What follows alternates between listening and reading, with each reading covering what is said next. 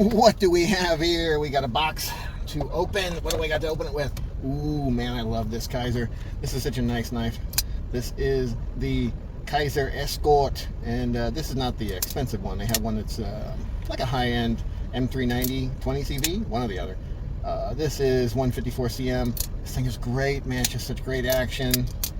Really nice micarta, nice grippy stuff. But what we're here for is a car unboxing. So let's get this guy unboxed and hopefully not ruin it by cutting into something. But the bottom line is we're in a car and we're doing an unboxing because I just didn't have time to go outside the car. I wanted to check it out real quick as soon as I got it. All right, it's kind of a big box. I actually don't know what it is. I have no freaking idea what it is. Oh, I do now. Look at that. Kunwu. Boy, I haven't had a Kunwu in a while. I had two different ones, and I've done some work on a few, but I haven't owned one in like, I don't know, months and months. So I wanted to try out the Kunwu Ronin. It looks so cool. And someone happened to have one for sale. So we're going to see if it is cool or if it's not cool. So far, every Kunwu I've messed with has been very cool. So we'll find out if this one is cool. Comes with a nice bag, comes with a nice box. Very cool. It's in this nice little pouch. I love this kind of plastic. This is a nice plastic. It's not like the regular clear plastic. It's kind of like soft. It's weird. Okay. Looking very nice. Boy, it looks like access to that fuller hole is going to be very limited on this side. Don't know if I'll have to do something about that or if we're going to leave it the way it is because, man, I was hoping... No, there's no reverse flick there. Now, I could put a little stud on there. That would be something I could do. But for now... we're saying that it's a flipper only, it looks like. Okay, so let's try it. Oh, that is a nice flip, though. Whoa. That is nice. It might be okay that it's flipper only. Look at that action. Holy shit. Damn, that is nice. Look at those grind lines that are almost kind of polished. I don't know if it's just ground with a finer belt than normal. But I mean, it's grind lines, but they just look really, really nice. Boy, that is a nice feel. It's a tad bit smaller than I thought it was going to be. But man, that is nice. Look at those. Look at the milling on there. Just beautiful. Wow. Really liking this Ronin. Sometime later. This thing is so good, man. I recorded some more in the car, but I figured, it needed a real, down on the table review. Look at the bag. That's pretty cool. It's got like a little fuzzy liner in there to keep your knife nice and safe. So cool. Really nice packaging. It's really excellent.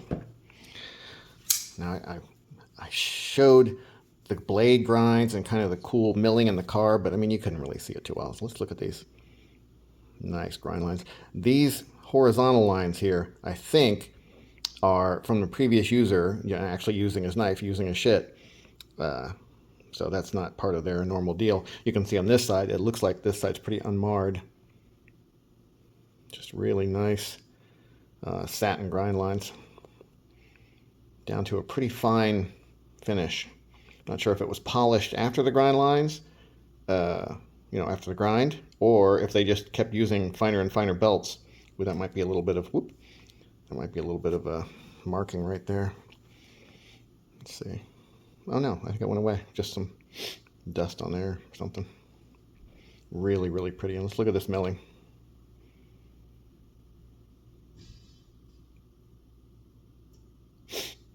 Just very, very precisely done. Very sheer gore-off level finish.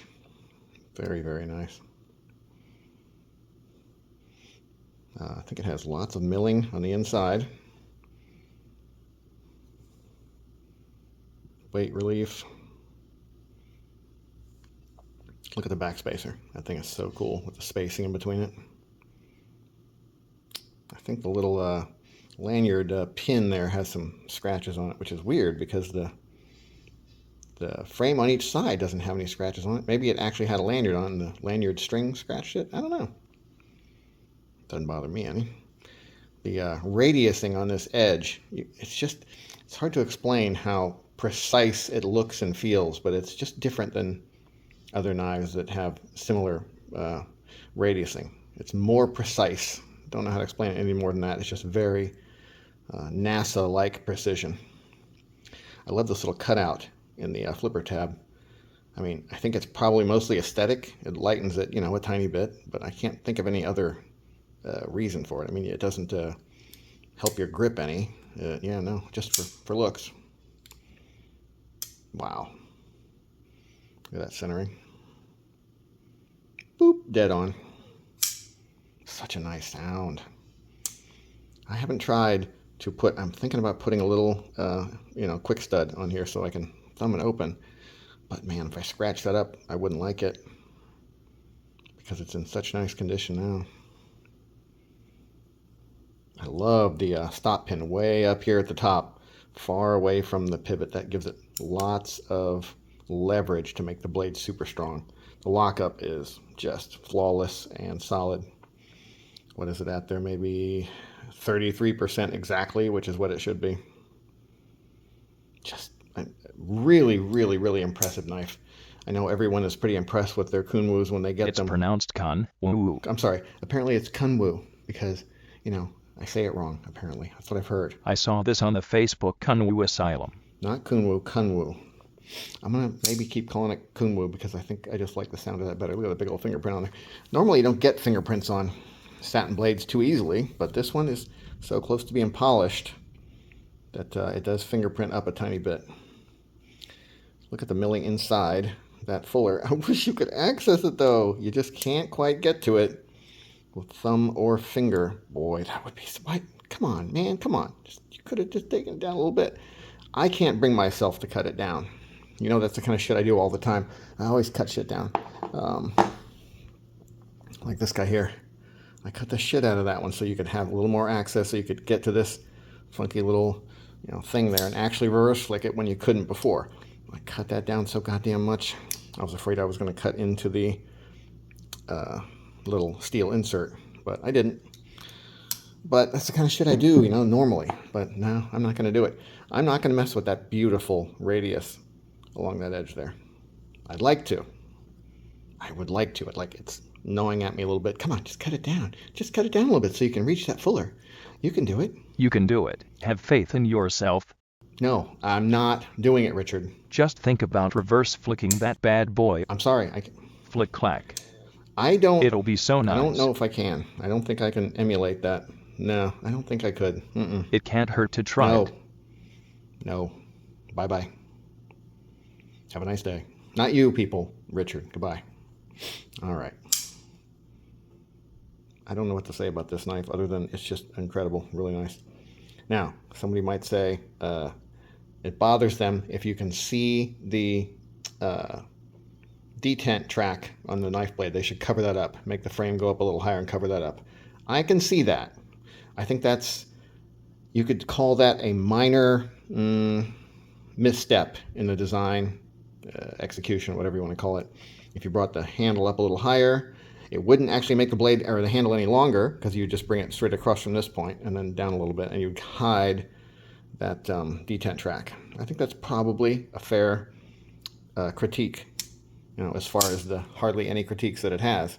The only other critique I have for it is that, God damn it, let me get that fuller.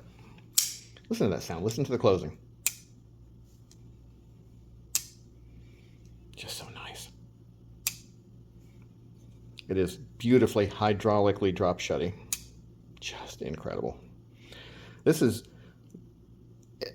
one of the most impressive knives I've ever messed with that isn't up into the $1,000 range. I've messed with quite a few really high-end knives that are, equal quality, equal, perfection and design quality and build quality and all that. But never in the range of, what the hell is this one? I had to look it up. I'll put the price up here, but I think you can still get them, and the prices are like, I don't know how you make this kind of quality for that kind of price. I don't know. There's just so much intensive labor and perfection into this thing. I don't know. I don't say this very often. If you've watched any of my videos, how often do I say, this knife is incredible? This knife is incredible. Now, if it cost $1,000, I would say, it's a good knife. you know, for $1,000. That's a lot of money. And, you know, I can understand people who would say that's too much for this knife, but, you know, that's what I would say if this was like a sheer go-off or something like that. I would say $800-900, that's a lot of money for a knife. $1,000, that's getting way, you know, on the high end for me. You know, so I know there are knives that cost $10,000. I know that there's crazy-ass knives out there, but if it cost $1,000, I wouldn't say what a ripoff. I would say, okay, that's a little tiny bit high. If it cost $800, I'd say, okay, yeah, it's right in there with other $800 knives for sure. The fact that it's the price that it is, I can't remember if it was like $200, $250, $300. I don't know. Even if it's $300, it's a deal. It's crazy. If you like flipper only knives, this is going to be like a godly knife to you. Now, to me, I like all the multi-access points and front flips and flicks and all the things. So it's definitely a detraction to it for me, but the flip deploy is just so nice, and the action is so nice that it makes it okay.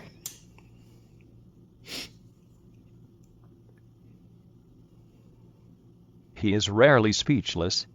This one is really special. Ridiculous. What a knife.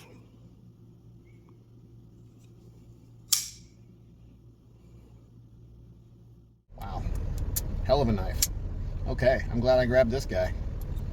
All right, we'll see what we're going to do with it, if anything. Have a nice day.